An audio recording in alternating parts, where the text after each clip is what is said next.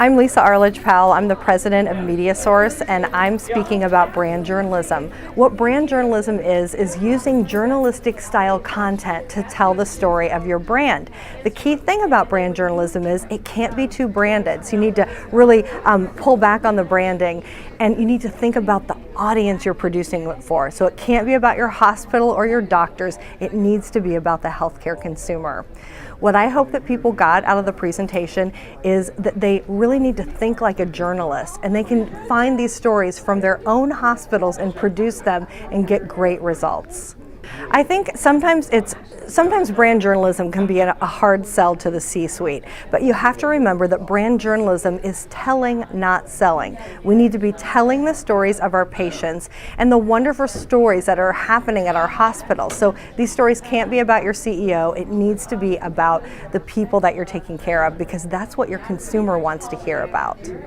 One tip I would give hospitals who are thinking about doing brand journalism is that you need to tap into former journalists. So maybe you have someone on your team, maybe they could lead this charge in your hospital, or you can pull in some partners. But it's really important to think like a journalist so you can produce the right kind of content that's going to get the results that you want.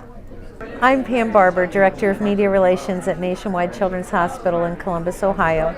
It was my pleasure to share information about our brand journalism efforts at Nationwide Children's. I hope people took away the idea that this can all be accomplished with really not many more new resources, but rather it's a way of changing your thinking about the kind of content that you're producing.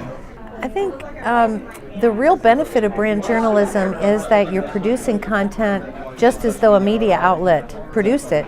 So that makes the media more interested in what you're pitching. And secondly, brand journalism really focuses on the audience. So since we're all trying to drive our audiences to our programs and services, it makes sense that if you're producing content that's of interest to them and content they're asking for, that they're going to be attracted to your institution.